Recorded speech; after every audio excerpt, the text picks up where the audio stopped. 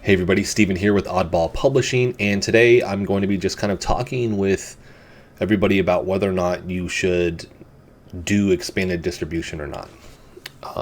Here I'm at the printing cost page on the Kindle Direct Publishing website. I've downloaded the calculator for that. I've done a separate video showcasing that. I will put a link for this as well, but the video explaining how I got to where I'm at and all of that on the website. But let's open this up. And let's first just talk about what expanded distribution is. So expanded distribution is getting you into, and it should still be the Ingram system it was with CreateSpace. And with that, it allows you to get into stores like Barnes & Noble, Books A Million, other bookstores like that, as long as the warehouse that they're affiliated with is the Ingram system, the Ingram warehouse. It's basically this channel that they're going to distribute. It's a distributor that they're doing for all these various books. So this gets you into that system. With that, though, your cut is now 40% typically. It might be even lower. So you really have to calculate out, what do you expect to sell your book for? Is expanded distribution something that you can even do? Are you willing to make your book more expensive?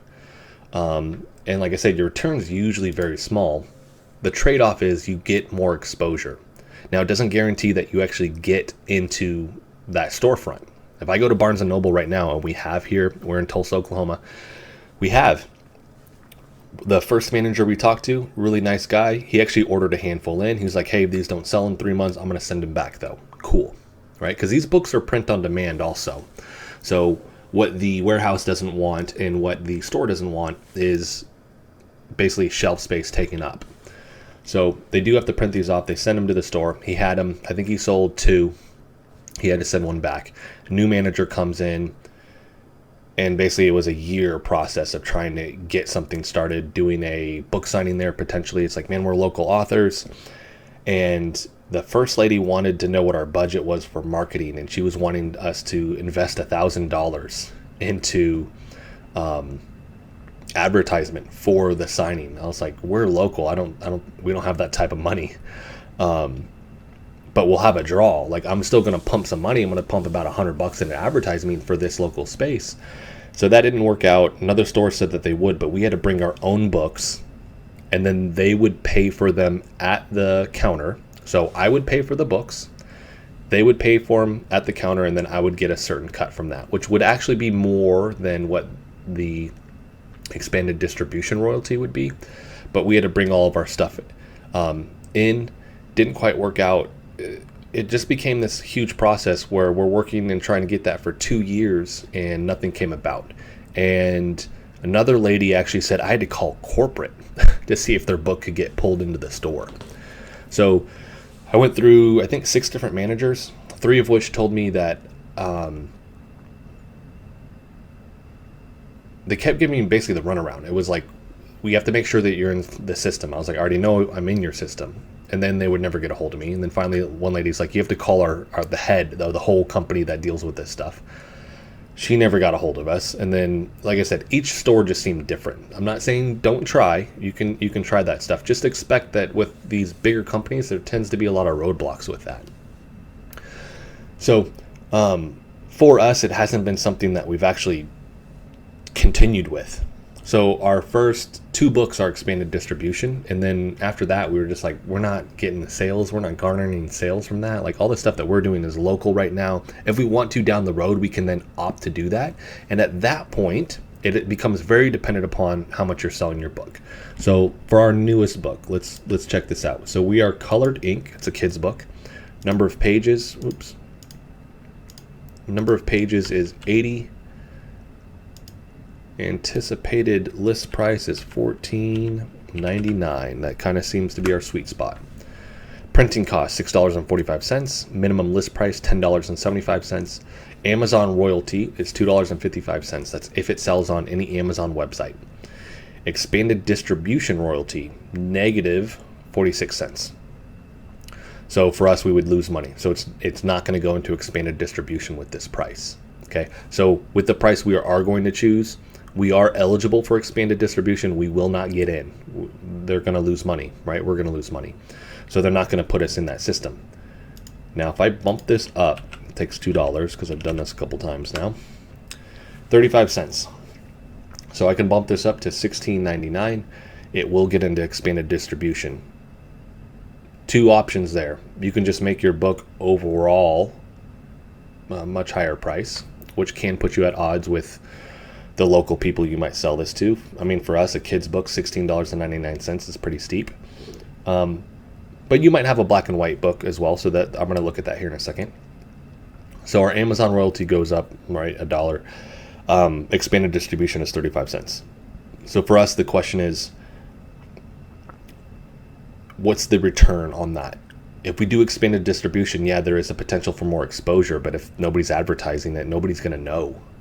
I don't walk into a store if I go to Dallas or California or New York or Seattle. Like, I'm going home, which I'm from Seattle and I live in Tulsa, Oklahoma. I'm going home pretty soon. I can't just walk into a Barnes & Noble. My book's going to be there, right? I'd have to ask for it. I'd have to go on their website.